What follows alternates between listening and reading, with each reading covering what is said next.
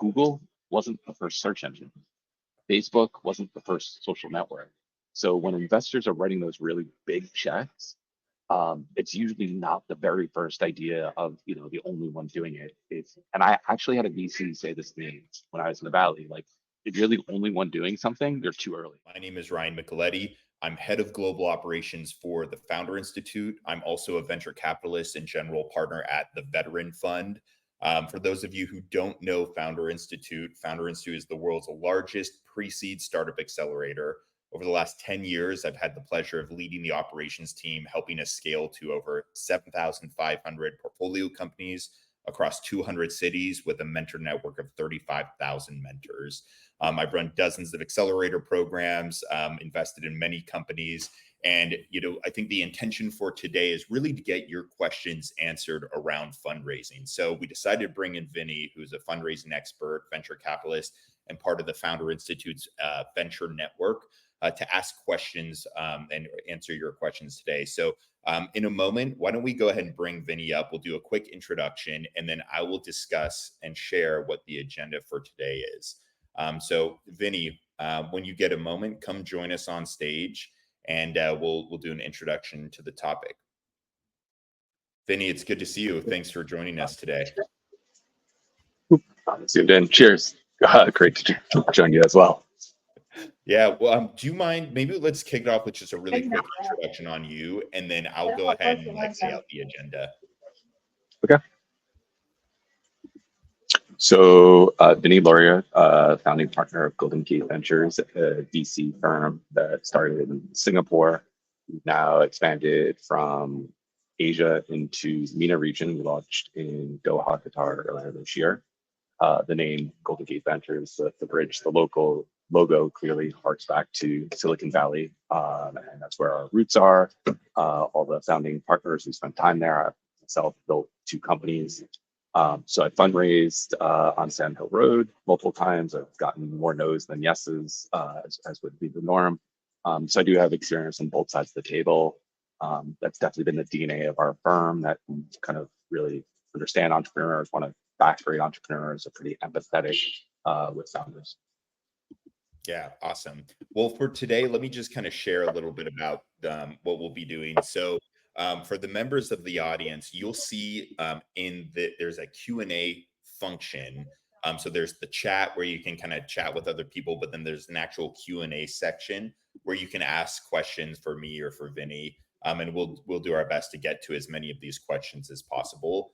For the next hour, we'll just do, the Q&A part to review these questions. And then at 10 a.m. Pacific, so in about an hour, we're going to kick off a networking session so that you and the audience can meet with other founders, investors, and people in a networking session using this tech. We use AirMeet. So I guess to kick this off, I mean, Vinnie, you've invested all over the world, and we do have a global audience. I think we've got around 300 people who registered for the event today.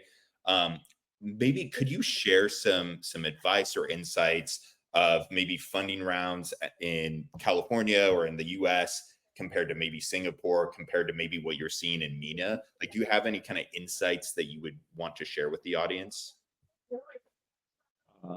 Sure. Yeah. So the one thing I can say is it's cold all around. There's not one place that is, better than the other. So basically, the U.S. drives a lot of it, the U.S. economy, and so everybody's uncertain. Institutional investors are uncertain, so money does not move as freely, and that trickles down eventually to even VC. So the one thing I will just say is, no matter where you're raising, it's going to be harder. It's going to take a lot longer. We had one company in Asia in the property tech space. They got 3 term sheets for a Series B, but it took 9 months. In a better market, that would have taken. So it can show they're a competitive company, a lot of sort of interest, but normally would have been a third of the time. So expect at 2 to 3 times as long. Valuations definitely being depressed. So you end up raising less capital. The other thing I would say is, if you've already raised VC money, historically, A+ companies would always raise, but even B+ companies would be able to raise that follow-on round in terms of like their quality and still trying to figure it out. It is much harder these days. It's basically you are top of your game, phenomenal unit economics, know exactly what you need to be doing. It's a harder conversation. All that being said, doesn't mean that investments aren't happening. We're investing. We just gave a term sheet to a company last week. Um, VC money is moving around. It's just harder. Yeah, I think that's good advice. And that kind of ties into a question here from Johar, which is what is the best strategy to convince angel investors to invest in you when you do not have a functional MVP? Great question. So basically, those angel investors are going to be people in your network. If I think one of the first angel investors I had in my first company was a former manager of mine at IBM. And he's now invested across multiple companies. He's even invested in my fund as he kind of built up that relationship. But that was one of his first experiences investing in startups. So the reality is for a lot of the, pre-MVP, you're not going to angel list and raising from people you don't know. You're raising from literally friends and family, former bosses, managers, uncles, aunts, friends. So that's usually what an angel round looks like. If you're a first-time entrepreneur, you don't have that sort of typical angel network, and if you don't have an MVP, it's going to be in great times or hard times. It would be incredibly difficult to do a cold email to somebody and land that sort of conversation. Yeah, so the earlier stage you are, the less amount of capital you should be raising, and the warmer the people should be to you, like your friends and family, to invest. Correct. And again, it may be like, but they don't do that. And that, yeah, that is the point. They're not startup angel investors, but they're saying, oh, I know you, I trust you, I want to, support what you're doing. I will take that sort of risk and do it in a way that I can share some upside. Yeah, that makes sense. I think that there's a lot of, especially for first-time founders out there, there's this misconception that you can raise money off an idea from professional investors, and that's just certainly not the case. I mean, it's extremely competitive out there, and unless you have a full-time team, a product, and some traction, you should really be you probably shouldn't be focused on fundraising. You should be focused on building a team that could then build the product that can then get you to some traction. But if you need a little bit of capital, that capital is going to come from your friends and family. And so that I don't know if you go ahead, Vinny. It sounds like you want to add something to it.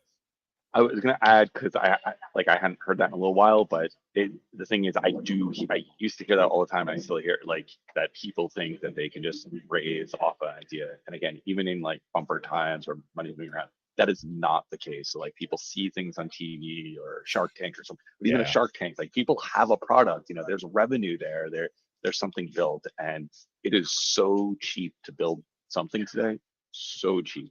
And yeah, you as a single founder or you have two co-founders, you should be able to do everything: develop the product, do the marketing, do the design, do the email campaigns, buy the AdWords.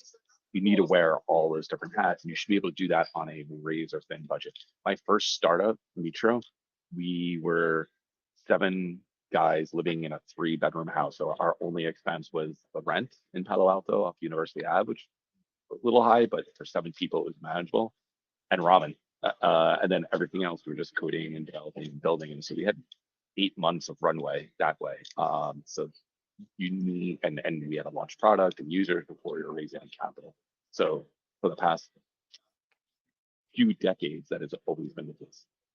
Yeah, I think that's a really good insight. I mean, a lot of people think they need capital to get started, but the reality is like you don't. It's very easy to get. I mean, it'll require a little bit of your own capital, but if you're not willing to put in some money into your company, whether it's time or sweat equity or $1,000 to incorporate, you probably should not be going down this pathway because it's going to take a lot longer and be a lot more expensive than you think. Right.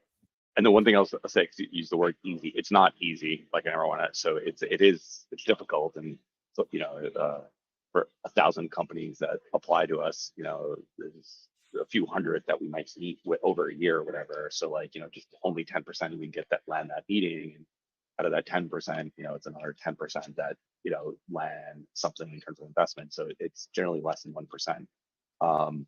So it's not easy, but it's doable. Yeah, and I think the more passionate you are about what you're building, the more likely you will be to basically survive through those odds. And that kind of ties into a question here from Mohammed, which is really around like, he's asking what kind of data do investors look at into startups when they're assessing whether or not it's worth investing in. I think, what are you seeing, Vinny? Like, there, it depends on the stage, right? Maybe you could share a little bit about, your experience here. Sure. And I'm just give me 1 second. I have a few things popping up that I just want to close so it's not a distraction. Could you bring that question back up? Is that possible? Yeah. So what kind of data do investors look into in a startup to assess if it's worth investing in? Sure. So this is where, there's no absolute number, like you want to see this many users or anything like that. And it's so vertical dependent. And as you mentioned, Brian, stage dependent. At the end of the day, I think the metrics that I share is it's around that delta, the growth, that change. Basically, investors just want to see change. So is there month over month change? So whether you have 200 users, 2,000, 20,000 users, it's the story that you're going to look. We've had this sort of hockey stick growth curve on users, or for every user we bring in, they bring in two because they're counting their friends. There's a social element. So what you're lucky about is there's no bar in terms of size. The bar is in terms of that growth rate, and that growth rate needs to be consistent. And think about gravity. Gravity is consistent force, but it means you go faster and faster and faster. So that is ultimately what an investor is looking for. So, things like 20% month over month growth, when you're really small and really early, that should be easy. Like it should be 50, 60%, it should be just really having this hyper growth sort of curve. If you're a mobile app, you want to see the relation of users coming back. So like a quick metric, your daily active over, daily over monthly should be about 20%. So at least 1 in 5 are coming back. These weekly over monthly. So 1 in 5 are coming back at least once a week. These ratios just help us understand, do you have that product market fit? Is there traction? Is there retention? There was one company, so really famous company, I mean, they're a unicorn now, from Singapore, Carousel. It's the eBay classifieds of Asia. And again, multi-billion-dollar company, but when they started and I met them, their traffic on Google looked like a heart monitor in a hospital, like the beeps. And when I saw it, I was like, I know exactly what that is. And they're like, what? And I was like, I had this at my last startup. You have a retention problem. Those beeps, that's when you do press and news and some blog covers you and you get a bunch of new users, and then that atrophy and it just dies off.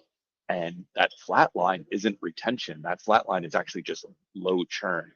And I was like, you just need to focus on retention features, things that would get people coming back, notifications, even email today still works. And back then that was big for them. So again, for an investor, what we're going to want to see is growth. Is there retention? Basically for every user coming in, are they staying? Are they engaged? Do they like it? And then with that, depending on the vertical, the stage, the geography, the competitive nature, there's going to be a million other questions. But that is a basic framework to have. Yeah, I think growth and momentum is really important. I do want to just quickly share this. I put it in the chat, but I think it's worth kind of sharing with everyone. So if you go to fi.co/benchmarks, this is what we typically see when it comes to fundraising. And like the first thing I'll say is there is no like set in stone rules, but there are indicators and there are things you're looking at. And so depending if you're pre-seed versus seed versus Series A, you're going to have different metrics and different kind of categories that might be attributable to you. And so some things that you could look for on the pre-seed traction, if you're SaaS or deep tech or consumer audience. I recommend kind of taking a look at this, right? Poking around and just realizing like there should be two things that are clear. One is that, even if you're like pre-seed and you have like no revenue, but you're trying to raise capital, you should at least have, 2 team members. You should at least have an MVP with some users. right? You should, you're probably going to raise less than $1 million, and your valuation is going to be, one to six, really, depending on where you are in the world. And so in order to raise that pre-seed round, you should have some paid pilots. If you're doing deep tech, like we had a quantum computing company that raised a couple $1 million without a product, because it takes millions of dollars to build a quantum computer. But you can kind of see here that these are just benchmarks that you can track against and make sure that you're tracking in the right way compared to other companies that are also vying for the same investment dollars that you're looking at. So let's keep going down here. So there's another. So again, this kind of, it's a little bit repetitive, but I think it's worth doubling down on, which is, what are the top 3 to 5 things that investors seek when being pitched a new product or idea? It looks like she's got a clickable prototype, and has like feedback from customers. So it's a great question. My view, and it maybe I'm a little skewed because I'm out in Asia, so my bias is, the markets, Vietnam, Indonesia, they tend to be years, if not a decade plus behind a lot of developed other parts of the world. My view is they basically want to be able to point to something else that's similar to that. And so what I can say with 100% certainty is in Asia. It's like a lot of, I don't want to use the word copycats, but people are looking to influence in other parts of the world, that even in the US, that is the case. Google wasn't the first search engine. Facebook wasn't the first social network. So when investors are writing those really big checks, it's usually not the very first idea of the only one doing it. And I actually had a VC say this to me when I was in the Valley, like, if you're the only one doing something, you're too early to the market. So in terms of what does that MVP and look like, I think if it is something so novel and so new, if it's a web service or mobile app and it doesn't exist anywhere in any form, you're actually gonna have a very uphill battle. Now, if it does, and you're saying we're going after this because it's legacy, it hasn't been updated in 20 years. It's the airline luggage software network. We want to replace that, and it crashes when it gets over 10,000. Like, if you can point to like it exists and these are the problems, and this is our solution to it, and we already have some customers that really want this, that's really, really powerful. Or there's competitors to Twitch that have definitely started up and gotten funded. So the ability to say like, hey, we're like this, but we have something more. We're doing something different. They're missing the bigger picture. They're not partnering, or they only exist on platform. We exist off and on platform. There's always an angle there, but you're usually going to want to be able to point to something existing. Yeah. Is there anything else that you would share, like, well, let me put it this way, right? So there's a couple questions here that are really asking the same thing, like, what do investors look for before investing in your business? What do you look for in non-tech startups you invest in? And I think there's a couple things to be really clear about, at least from my perspective. Vinny, would like to hear yours. And we said this at the beginning of the call. Before you go out and try and raise investment capital from professional investors, you really need to have a full-time team that's working on your startup. You need to have a product that you've built. It could be an MVP or a prototype, and you have to have some kind of traction. And it varies depending on what industry you're in. Again, deep tech versus SaaS versus consumer. But those are really the table stakes to raise capital. And the reason why is, Vinny, you said you get 1,000 deals, a year. I'm sure you get more than that in inbound, but you're only going to meet with 100 and invest in 10, right? So if you're looking at, can you, for the founders on the call, can you honestly look at your company and say, I'm in the top 1% of companies that are talking to this investor? The truth is that if you don't have that product and don't have some kind of traction, you probably aren't. And so you need to take the right action to become in that top, 1 to 10% to get the attention of those investors, because there's a lot of companies that are out there. And that's something that we focus on a lot, both in the Founder Institute core program, where, we help you get to that traction and funding point, but also in Funding Lab, which is the program I run for our alumni, helping them raise capital. And so really, there's a lot of different ways that you can get to the team product and traction stage. Maybe you raise a little friends and family round. maybe you spend a lot of time just really building out the right team that can build the product. But I would strongly recommend, until you hit those metrics of team, product, and traction, don't even waste your time trying to raise capital, because you're going to waste months and months of your time. It's okay to talk to investors, but don't tell them you're raising capital yet. Build those relationships, and then when you're ready, you'll have those relationships ready to go. Vinny, thinking about like kind of more the pre-seed and seed side, I mean, do you have anything you want to add to that? Yeah, so it's reminding me of something I say all the time, which is investors don't invest in great ideas. And I remember when I was an entrepreneur, I really thought of like, I have a great idea, I have a great product, I have a great offering. I just need to get this in front of a investor, any investor, and that's what they want. Yeah, and so you're laughing, but yeah, I remember It feeling was the that way. same with me. It's I don't what it, I mean, is this like the Shark Tank effect, or like, why is it that like when you first start off, you just think like, oh, I've got this killer idea, let me go and get money. Like it seems systemic. Yeah, that's just, for whatever reason, how we learn about things in school, how we think funding works or whatever. Yeah, you're right. Like it's the norm. And so only after now stepping over the other side, being on it, it's like so clear, black and white. So then like, to share with the everybody, tuned in, um, investors have a really specific thesis, framework, things that they're looking for. And you need to understand that. So number one, the first rule of sales is you don't actually go in and sell something. You go in and you ask a ton of questions. What is it, you like? What is it you don't like? What is it you want to buy? And if you think of the investor as a buyer, and you're a salesperson, but you use 20 minutes to kind of qualify what, and you can do your research on their website before that, what is it that they want to buy? And that is really, really helpful. And so, easy ways to say like, I'm not ready yet would be stage. You're talking to a Series B investor or seed company that's, they're not ready to buy. Or you're building a consumer app and the VC mostly invest in B2B SaaS. They're not going to be sort of a good fit. So to understand not all the VCs are the same, number one, um, understanding how to position yourself. And then the third piece of advice, I did not realize this early on. I used to think, my last company was a online community platform, Lefora.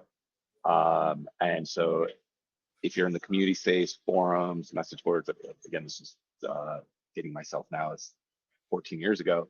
I used to think if any VC had some exposure to that space, we didn't want to speak to them. They've made their investment.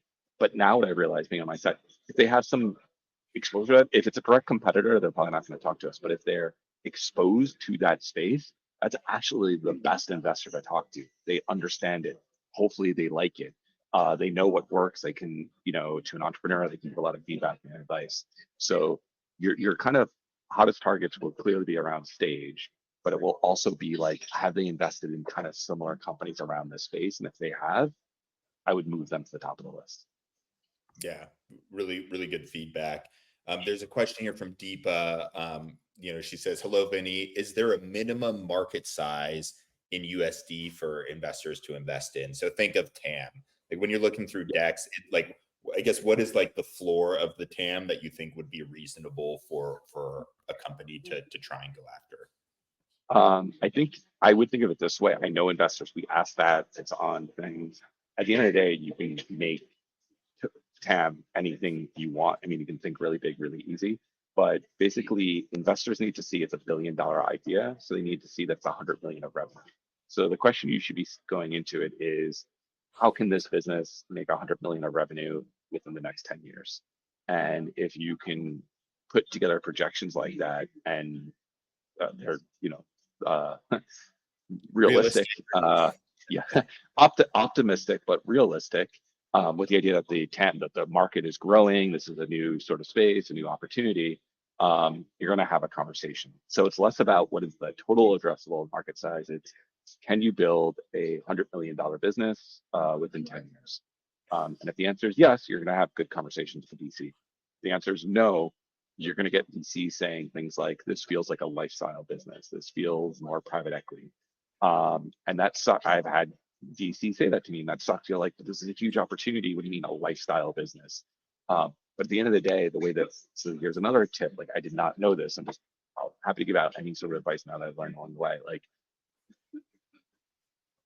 we invest in 20 to 30 companies per fund. We launch a fund every 2 years. So the hit rate for us is 1 in 10. And that's why we need these billion-dollar companies, $10 billion companies, because the reality is an entire fund is returned from like 2 to at most 3 companies. And there's a lot of failures in there because we're taking huge risks. So there's huge failures. So that is why for every investment, we're not saying, oh, this is a safe bet and it could be $100 million exit. We will pass.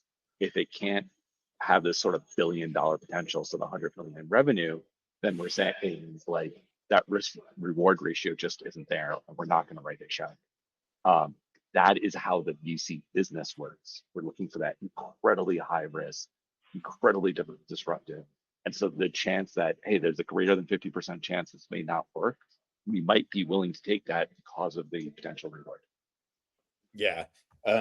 Let's unpack that even further, because there's sort of the top-down approach of TAM, like what's this big market size? And then I 100% agree with what you're saying, Vinny, about like more the bottoms up approach of like, okay, how can you realistically get to that 100 million in revenue? What are the assumptions around user acquisition? What's the price per user? What does that growth look like over time?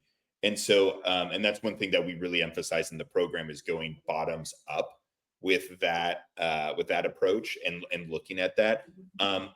Is there anything that that you would recommend when they're looking at building up those financials? So, for example, I mean, you've probably seen models where it's like, hey, if we just capture 50% of the market, then we're going to be at 50 million in revenue or 100 million in revenue. But I mean, that's a pretty aggressive market share. Is there anything that you would recommend to the founders as they're thinking about that 10-year journey, because a lot can change between year 1 and year 10 in terms of revenue growth, that might be helpful as they plot out their startup journey?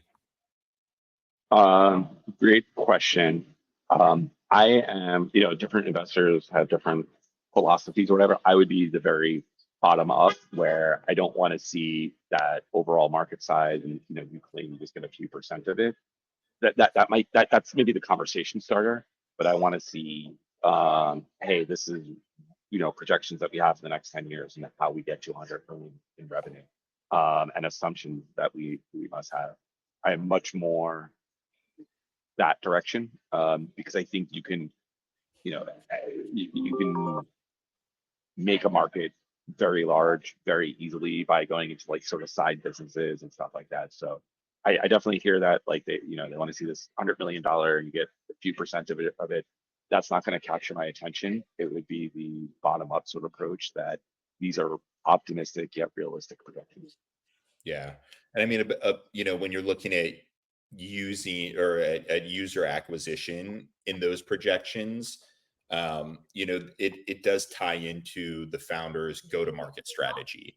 And I think one of the things that I've seen is a lot of attention, and maybe this is like the Shark Tank effect, but like a lot of attention is put on the pitch. A lot of attention is put on like the product and even like, customer development. But where I see a big gap, at least in the early stages, is like, how are you going to go out and acquire customers at scale? Like, what is that killer go-to-market strategy to get to the traction needed to start building up to that eventual $100 million in revenue? It depends on the industry, whether you're consumer, B2B, deep tech. There's a lot of different strategies out there, but have you come across any interesting go-to-market strategies that have maybe emerged recently, whether it's due to AI or maybe like new business models, product-led growth, those sorts of things that founders should maybe be aware of? Good question. So have I seen nothing that's sticking out? That's not to say that there isn't. The way I look at it, and again, I remember being on the other side, that was what's your get to market strategy, and that was like 2 to 3 slides of our deck, and spent a lot of time with that. As the investor, the way I look at it as, this is $1 billion idea, you're going to have competition. So how smart, savvy are you to move faster than the competition in terms of all these channels? So it is less about show me the real creative in something new and more of show me that you've done your research, you're mature enough, you understand all the different channels you're going to need to hit and which ones you're starting with now, which one's going to do later, do you need a hire to support that, at what sort of timeline. So that's how I look at it. Is it's almost a how do you beat the competition slide? Because yeah, you could literally ask ChatGPT, this is my startup, what's my get to market strategy? It's going to give you a printout of exactly what you need to do. So now, again, because you can plan anything very easily, but actually doing it is executing on it's different. So that's where I'm going to press you and see the questions and understand what your assumptions are for these different channels, and can you beat out your competition? Yeah. Let's go to our next question here. So this is from Ibrahima. Is being a solo founder a showstopper for investors, even though key strategic partnerships are built? So great question comes up. It's not a showstopper, but I'm used to be pretty active in the Founders Institute when I was starting, know Adeo very well. And Adeo is always just like, if you can't convince another person around your idea, how are you going to convince an investor? And that's always resonated in my mind. Same sort of thing. If you can't convince somebody to give up their time and resources because it's $1 billion idea, you're going to have a harder time for an investor. So that is one way to look at it. The other way I will look at it, I saw a few thumbs up or hearts. The other way I look at it as like you need to build a team and you need to influence people. And the reality is a startup's really hard. You have ups and you have downs. So one, you need a colleague, an ally, a partner to go through those ups and downs with you. Because at the end of the day, I won't wear a friend. I'm an investor, but investors are always going to be on the other side of the table. You're not going to be able to tell an investor, I'm about to run out, I'm really stressed about this sort of cash runway. Like we'll talk about that, but you won't be able to emotionally open up. You can do that with the founder. You can in Silicon Valley, you can even do that with a competitor because the market's so big. Like even competitors in my companies, we used to pitch at times. Um, if maybe you have to fire somebody or a really difficult sort of situation, again, that might be hard to turn to your investor. You can. I've had those conversations with founders that are going through the first time, but having a co-founder really makes sense. That like gets to the hard times, and then at the end of the day, let's talk about like the CEO CTO relationship. That's pretty much the magic basic pairing that can be a founder. If you're a CEO, and I just started a startup today, CEO at the top, and then there wasn't even a CTO anywhere. They were like all the way down on the side, too many layers. And that's the problem. Like if you think of yourself as the one brain of everything, you've kind of set yourself up for failure. You need a CTO to challenge you in terms of resources and spend, engineering time, data center time, whatever that might be. So they need to have buy-in to the vision and the product so that together you're challenging and counterbalancing each other.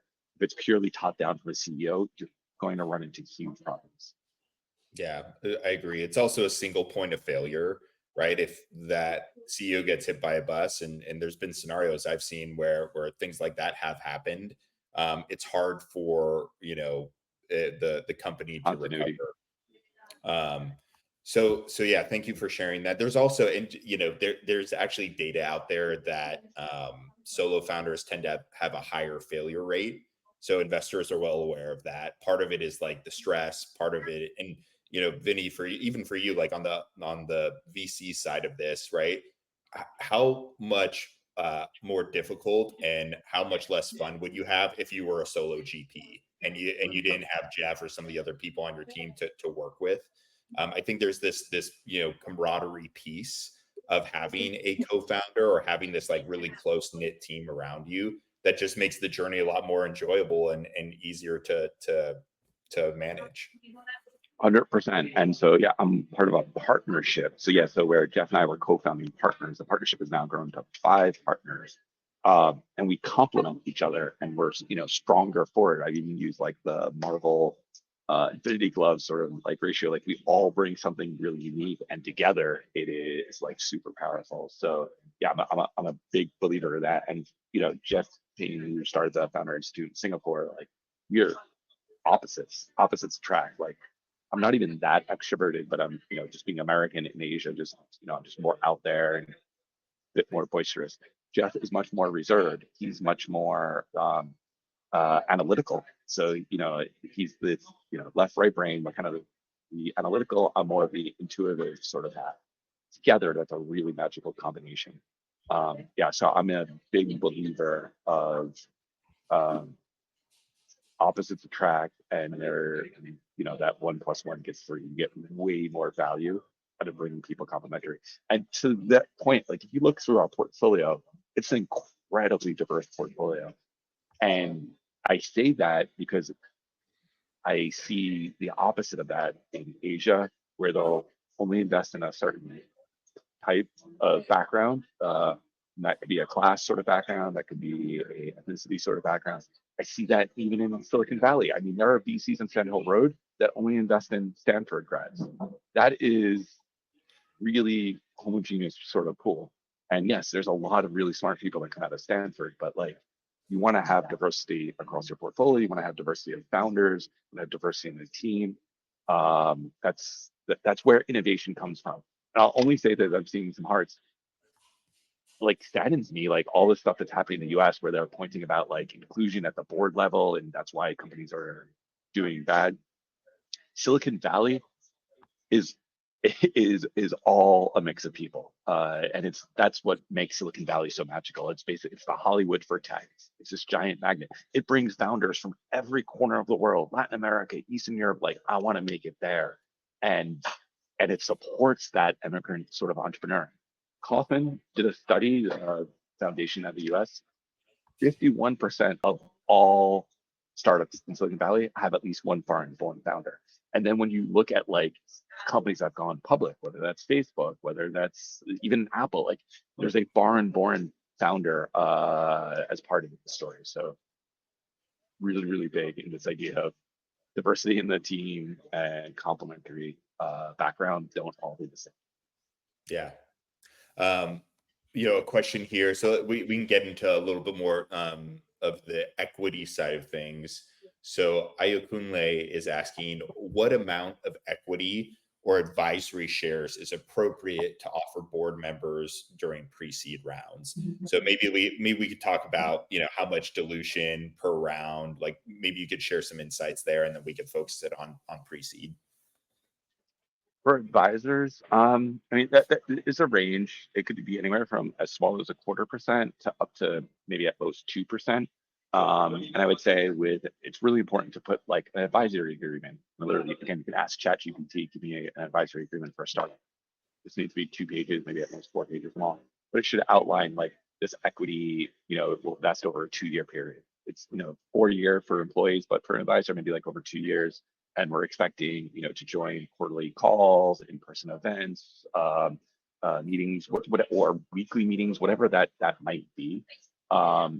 Just outline that. But yeah, so on the lowest end, that's 1/4%, and that's somebody who's like very low touch, is a great name to kind of market, put on the deck.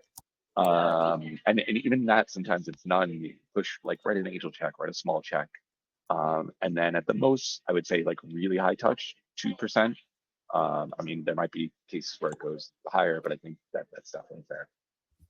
Yeah, I just threw a link in the chat to our FAST agreement, which is the gold standard for using, advisor founder relationships.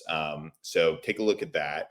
And then, in terms of equity and dilution, right? I mean, how much should founders expect to be diluted per round of funding? Great question. So this is where I look at like valuations. It's crazy to me that so many VCs will spend so much time on the valuations and the modeling, and we can all do that to push a valuation up or push a valuation down. But at the end of the day, the reality is if you're raising a round, it is 20 to 30% dilution. Okay, you're going through like a Y Combinator, then that's 8 to 12% or whatever, or maybe it's an angel round. People will be okay with like 10%. But once you start raising a formal VC round or doing a Series A, 90% of the time it's going to be 20 to at most 30% dilution. Anything more is actually kind of scary. Like that's not really a good VC. The good VCs aren't asking for more because they don't want to be running the company. They want to be clearly a minority. So expect 10 to 30% per round. And when you start doing really well and you get those later rounds, Series B, that's where it can start dropping to 15 and maybe as low as 10%. But definitely for, that formal seed round, if there's an investor coming, a VC type coming in, or Series A, 20 to 30%. Yeah. There's a question here. It's along those same lines. Lenny is saying, I'm afraid that investors could take the company away. Are there tips or strategies to avoid that, such as like investor equity percentages? Maybe you could address sort of the fear here and what happens in reality. So just want to, things keep popping up on my screen, closing them. Um, the one thing I want to say is like, make a great company. So I'll go into like investor. We're not interested in taking companies at all. But as long as somebody's making a great company, you're going to have investors very interested in supporting and putting in more money and bringing in great sort of partners and great talent. And so like, if the goal is to make a great company and you can actually achieve that, you're not going to have issues with investors. And even if you had some predatory bad investor in the beginning, if you have a great company, you're going to bring great investors around you, and they're going to help you remove that sort of predatory, buy them out, whatever that might be. So again, I think the easiest way to avoid that is build a great company. Now, where things get hairy is where things don't go as planned. And then again, a really great investor is just going to be willing to write it off. We know 30 to 40% of our portfolio is going to fail, so we're not going to spend time trying to squeeze, those few droplets out of that lemon. It's just, all right, we'll try a few things that are constructive for everyone around. Maybe not higher, but if not, then we're okay just walking away. That's where you're going to see things get painful is maybe then if it was only an angel round with some angel investors, their expectations, they're not typical tech investors. Their expectation might be like, I need my money back. So that's where you be pretty clear upfront of risks that they would be doing. I've definitely seen predatory investor behavior. So predatory investor behavior would be trying to shut down a company to get cash back. I've seen where CEOs try to be replaced. In all the cases I've seen where I'm on a board or I'm even sometimes like for that decision, there's always major sort of issues on the CEO. I have not seen a case where it's a CEO that's doing well and the board's trying to replace it. And the issues then that you generally have are not clear financing or money that's kind of like leaving the door. Like, it's the really negative sort of issues where those conversations happen, not because somebody's saying, oh, the product didn't take off, we need a new CEO. There's usually very questionable behavior that's happening. And then the other scenarios I have are probably when there's a VC that invested on an idea and that idea is not doing well and the startup wants to pivot. And I would say investors fall into two camps where they're, okay, we backed you as a person, you want to pivot, go for it. And that's the majority of VCs, but I've also seen VCs that are like, no, we backed that one idea, you're pivoting, give us our money back. I don't think that's helpful to anyone around, and that puts on great pressure for all the stakeholders. So going back to how do you avoid that? Build a great company, number one, but so that doesn't feel too tongue in cheek. I would say make sure you're bringing on good people. VCs, brand name, ask around. They have good reputation in the market. They've done this. They know what they're doing. This is not a first time out in left field sort of investing for them. And then bring in, just like you want a team that complements each other and co-founders, bring in complementary investors. So no one investor has outsized sort of weight. A lot of times when we do deals in some of these really local markets like Vietnam, we're looking to bring a local Vietnamese investor on the cap table alongside of us. And they were taking 2/3 around, they're taking 1/3. But now you have different stakeholders, different opinions around the table. Again, I see that as a really valuable sort of thing. So as a CEO, you can engineer that and say, at every round, I want to bring in these two different sort of complementary investors. They're independent stakeholders with independent desires. And if things were to go negative, I'll trust that independent people are going to make good decisions. I'm very free market in that sense. Yeah, I think that's good advice. There's a question here from Saber. What advice do you have for startups looking to scale internationally? How can they effectively navigate the challenges of entering new markets? Great question. So, as somebody who invests in a lot of international companies, I would say um, don't think international, in your first year or maybe even your second year. And when you start thinking international, you're not thinking international, you're thinking, what is my next market? And so, if you're launching in the US, you definitely don't have to think of another market for at least 2 years. If you're launching in a smaller country, you might need to think on a shorter horizon. Um, but the reason why I'm saying don't do internationally is a fewfold. So like you need to have this get to market strategy. You need to have a network effect that's easier when it's kind of concentrated around a certain geography. People start hearing the brand or talking about it, or there's press or whatever. Investors were very geographic focused. I used to think in Silicon Valley, like again, VCs will invest in great ideas, or even go to Gate Ventures. I used to think we were going to have a lot of Asian startups that get Silicon Valley VCs to follow our investment because of our network. But that's not the case. Like as an investor, we want to invest in what we know. That tends to be around us, our backyard. I want to know what big giant company is going to be competing in this space. I want to know what founder is about to be a founder that's going to build a company in this space, like with a company. So there's a lot of like gossip, word of mouth, like backroom chatter that's happening. That happens very, very locally.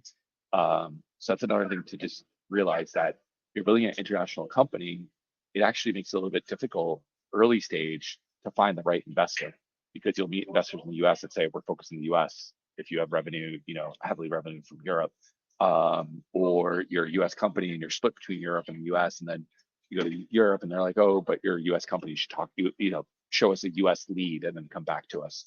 So it tends to be early stage, very geodynamic. Yeah, there's a question here from Warren about, revealing ideas without a patent in place. And I think the underlying question is like, is someone going to take my idea if I start talking about it without having like intellectual property? So two pieces of this, like one, what's your opinion about people stealing ideas? Like, do you see it? Is it common, or is it just like another, again, sort of a systemic fear for first time founders? And then two, like maybe we could talk about patents and how you look at patents and in your investment decisions. Sure. So my view, there's no new ideas. Like there's no new ideas. So to me, it's all about execution and building upon something. So I have that view. I've never ever looked at a company having a patent as something valuable or I would put value on. I kind of look at that. That's just for like predatory patent attorneys to like kind of sue like the large tech companies get them as a defense mechanism. They don't get them to build value. So the other day, I'm looking to invest in value growth creation. And so now, that being said, I had definitely seen in some markets in Asia where, again, it's not a VC, it's a family office, a conglomerate, a corporate. You kind of in some of these countries, you have a few families that run, 80% of the country. I definitely seen things where stories of somebody pitches and then they're like, no, I don't want to invest. I'll just build it myself. And that happens. But 9 times out of 10, that doesn't get very far. If somebody doesn't have the drive and the passion and they just heard a pitch and that's where they're going to copy it, it's probably not going to get very far. And again, I would really challenge. There are no new ideas. I would challenge somebody to give me an idea that I have not come across before. Yeah, good advice. Let's see here. There's a lot of questions around yeah, so all right, let's go back to this kind of international expansion piece. Shubham is saying that his startup is a mobile app. They've achieved significant traction with 20,000 users globally. They're now looking to expand into the US market. is there anything specifically to entering the US market, like key strategies or steps that they should take for being an international startup going into the US? Great question. I would pose a question to that question, which is, do you want the US to be your main market? And if the answer is yes, then you got to move there. That's the simple answer. I live in Vietnam because I'm saying Vietnam's going to be, or expand. As a fund, we're doing more in a high growth, emerging sort of economy. I need to be on the ground. So to me, if the US market is a market that you want to be a majority market for you, and you want to compete in, you have to be there. Clearly, there are exceptions to the rule, but if it's a good idea, an opportunity, you're going to have competition. And if the US is the market, then you're going to have competition in the US. And then that means they're going to hire people in the US. That means they're going to have business development in the US. They're going to have distribution. They're going to have raise money from the US. So you're at a disadvantage if you're competing at that from afar. If the US is a minor market, now that is my question. If the US is a minor market, that also is kind of hard because if you've been able to build a really valuable sort of business in other parts of the world, then it should be able to be really valuable in the US. And that is a high spend, high income sort of market globally. And again, so then somebody's going to build something there. And so if you just have your toe in it and somebody's focusing on it, then they're going to win. So I almost look at it as like, if you're looking at the US, it's black and white. You need to up and move it. Yeah. Going back to team, there's a question here from Fabiano. Where do you look for early stage technical founders? So any advice for team building specifically on the technical founder side? So that question being like, I'm a CEO, where do I find tech co-founders? Go to tech meetups. You just go network at really nerdy events, Python, AI, things that you may not be totally familiar with, but you're going to start meeting some people there. And then my whole thing with networking when you go to events is like, be the most interesting person in the room. Like, you don't need to talk about your startup or pitch about your startup. That's what everybody else is doing, and it just gets lost. Like, tell the funny story of what happened to your dog walking up the park today or whatever. Just like be memorable, like make some like informal sort of connections, see people over a few times, build a relationship that way. And then you pitch the idea like, hey, you seem, I like you seem to be technically really bright. This is something I'm working on. I'd be interested in maybe partnering up. Because at the end of the day, you're gonna have, it's all about, if you're a CEO, it's all about influence. And so you're gonna need to influence that other person, take that risk. It's not like you need to find somebody that has the exact same idea as you. Find somebody that, it's like a marriage that you want to spend a lot of amount of time together.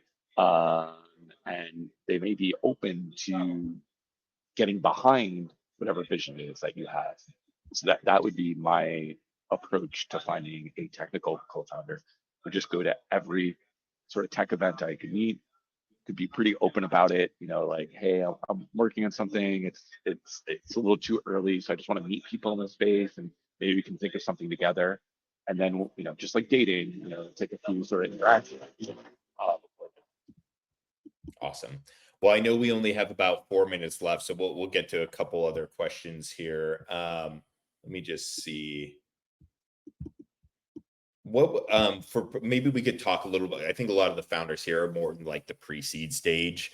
What one, do you guys invest in pre-seed? And then two, like what sort of indicators or things do you look for at the pre-seed stage that would get you excited to invest in those companies? Sure. Yes, we invest in pre-seed stage, but almost exclusively it's outbound. So there are certain themes or sectors or verticals that we want to invest in. And so then we will go out and we will knock on everything that is our door of everything that's early stage. So these could be companies that have raised seed money. This could be, again, it's very geographic based. We're asking around, I'm telling friends, investors, our LPs, our investors, competitor investors, our CEOs, like, I'm looking to invest in this. And we've done so many deals that way where it's literally somebody who's like, oh yeah, I know. I know this person, they're thinking about quitting this job in this space. Why don't you meet with them? And so I would say a lot of our pre-seed is actually outbound from us.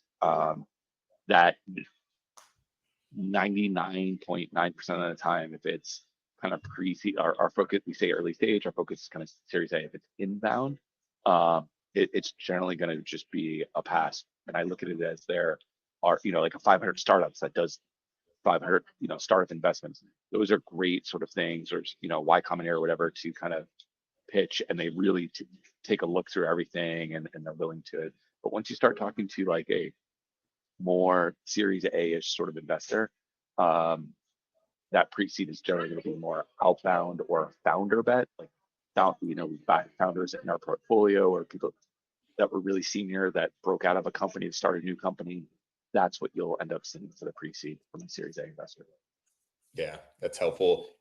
Before we kick off the networking session here in a minute, what final advice do you have for founders who are on the call today when they're looking at fundraising or even just building their companies?